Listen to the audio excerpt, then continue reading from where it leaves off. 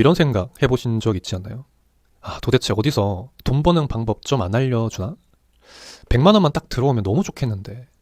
그래서 결국 유튜브를 켜서 돈 버는 법, 부업 같은 것을 검색을 하죠. 그런데 나오는 영상들은 늘 비슷합니다. 다들 이미 성공을 해서 여유롭게 사는 모습, 쉽게 쉽게 돈 버는 방법, 이런 것들만 잔뜩 말하죠. 하지만 현실은 그렇지 않잖아요. 처음 시작하는 사람은 실패하고 헤매고 방향을 잃는 그런 순간들이 훨씬 많습니다. 그래서 오늘은 제가 실제로 에어비앤비 숙소를 세팅을 하면서 실패를 했던 경험들, 이것들에 대해서 솔직하게 이야기를 해보려고 합니다. 저는 2018년에 에어비앤비를 시작을 했고 총 6개의 숙소를 열었어요. 지금은 4개를 운영을 하고 있습니다. 2개는 폐업을 했거든요. 창업 비용은 주택 매입비나 보증금 같은 것들을 빼고 공사비와 세팅비로만 6천만 원 정도를 사용을 했습니다. 6천만 원이라는 적지 않은 돈 안에는 제가 했던 수많은 실수와 실패들이 녹아 있어요. 이 영상을 끝까지 시청을 하시면 시간과 돈을 아끼실 수가 있을 겁니다. 에어비앤비 숙소를 세팅을 하면 컨디션에 따라서 도배, 장판, 싱크대, 화장실 이런 공사들을 하는 경우가 생깁니다. 대부분 사람들이 숙소를 운영을 할 때 얼마의 수익이 날지 확신을 할 수 없으니까 최대한 돈을 안 들이려고 합니다. 저도 당연히 그랬고 최저가를 찾고 찾은 끝에 120만 원에 화장실을 공사해주겠다는 분을 찾았었어요. 그때 당시에는 200만 원 이상씩 견적을 준 사람들은 날강도라고 생각을 했고 100만 원 이상 돈을 아꼈다는 생각에 기분이 굉장히 좋았습니다. 하지만 시간이 지나면서 깨달았죠. 100만 원어치만 공사를 하고 갔구나라는 것을요. 새로 공사를 했음에도 불구하고 이 화장실이 쌈박해 보이지가 않았었고 타일의 구배도, 그러니까 경사도 제대로 맞지가 않았었고 심지어 시간이 지나니까 타일이 막 떨어져 나가기 시작하더라고요. 결국에는 220만 원을 주고 화장실 공사를 다시 하게 되었습니다. 결론적으로는 최저가 120만 원이 아니라 340만 원을 쓰게 된 꼴이었죠. 이 도배도 최저가 견적을 받아서 2개 호점을 동시에 맡겼었는데 도배 마감, 그러니까 칼질 같은 것들을 너무 못해서 비슷한 피해를 또 봤습니다.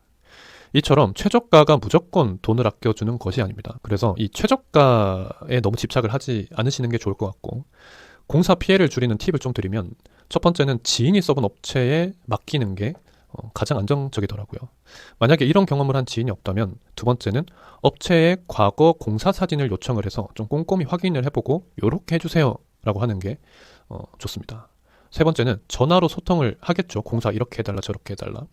그 이후에 공사 금액, 시간, 요청 사항들을 반드시 문자로 한 번 더 보내고 체크를 받으세요. 제가 말씀드린 이 3가지만 확인을 해도 피해 위험이 현저하게 줄어들 것입니다. 에어비앤비의 세팅비를 줄이기 위해서 중고 물품을 많이 쓰죠. 특히 에어컨의 경우는 방마다 설치를 해야 되기 때문에 큰 금액이 들어요. 그래서 중고로 많이들 설치를 합니다. 근데 경험을 해보니까 적어도 에어컨은 새 제품이 더 낫더라고요. 중고 업체는 설치 금액이 명확하지 않아서 계속 금액이 올라가요. 안 그런 업체도 당연히 있겠지만. 그리고 결국 제품가와 설치비를 합치면 새 제품과 큰 차이가 없는 경우도 많습니다. 저 같은 경우는 설치 후에 계속해서 곰팡이 냄새가 계속 나고 얼음이 얼고 그래서 AS 해달라고 몇 번을 요청을 했거든요. 그래서 한 2번 정도 와주시긴 했는데 이런 에어컨이 고장이 나면 게스트의 컴플레인이 굉장히 힘들어요. 그래서 버티다가 새 제품으로 재설치를 했습니다. 중고 가구도 마찬가지인데 저는 중고 가구를 추천드리지 않거든요. 그 이유가 우선순위를 잊어버리게 만들어요. 우리의 우선순위가 뭐죠? 게스트가 쾌적하고 만족할 만한 숙소를 만드는 것이죠.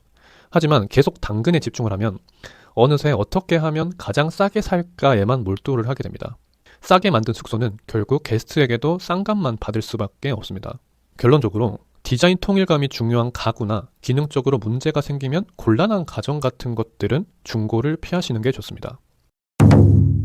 예쁜 제품만 고려하다가 관리 비용 폭탄을 맞을 수가 있어요. 특히나 패브릭 소재 제품은 조심을 더 해야 돼요. 여러분들이 소파를 구매를 할 때 패브릭 제품과 가죽 제품 중에 고민을 할 겁니다. 저는 가죽 제품을 추천을 드리는데 패브릭은 오염에 취약해서 음료수나 음식물이 묻으면 이 제품 자체를 교체를 해야 될 수도 있고 금방 때가 타서 숙소 이미지가 좀 오래돼 보여요. 의자나 침대 헤드 같은 것도 마찬가지입니다. 침대 헤드를 패브릭으로 하면 이 머릿기름이 많이 묻어요. 그래서 교체를 해야 되죠. 예뻐서 패브릭을 썼다가 청소, 교체 비용 이런 것들로 추가 비용이 계속 발생할 수 있다는 점을 꼭 고려하세요. 이렇게 제가 6천만 원의 수험료를 내고 배운 실수들 중에서 3가지를 공유를 해드렸습니다. 요즘은 정보가 너무 많아서 오히려 헷갈린다라고 하시는 분들이 계시던데 저는 솔직히 부럽습니다. 제가 시작했을 때는 물어볼 사람도 없고 볼 영상도 없어서 이 모든 거를 몸으로 겪고 손해를 보면서 해왔거든요. 여러분들도 처음 이 사업을 시작을 하면 실수하는 거는 피할 수가 없어요. 왜냐면 저도 인테리어를 전공을 했는데 공사비에서 큰 실수를 하기도 하니까요. 이 사업이 처음이신 분들은 더 많은 실수가 필연적일 겁니다. 이 실수는 곧 시간과 돈의 지출로 이어지죠. 그러니까 저처럼 불필요한 지출을 하지 마시고 멘토를 구해보시거나 다양한 영상과 정보를 접하시면서 자신만의 실패 방지 노하우 같은 것들을 좀 정리를 해보면 너무 좋을 것 같아요. 저는 여러분들의 성공적인 창업을 위해서 계속해서 도움될 만한 영상들을 공유를 해드리겠습니다. 그럼 저는 다음 주 더 좋은 영상으로 찾아오겠습니다. 감사합니다.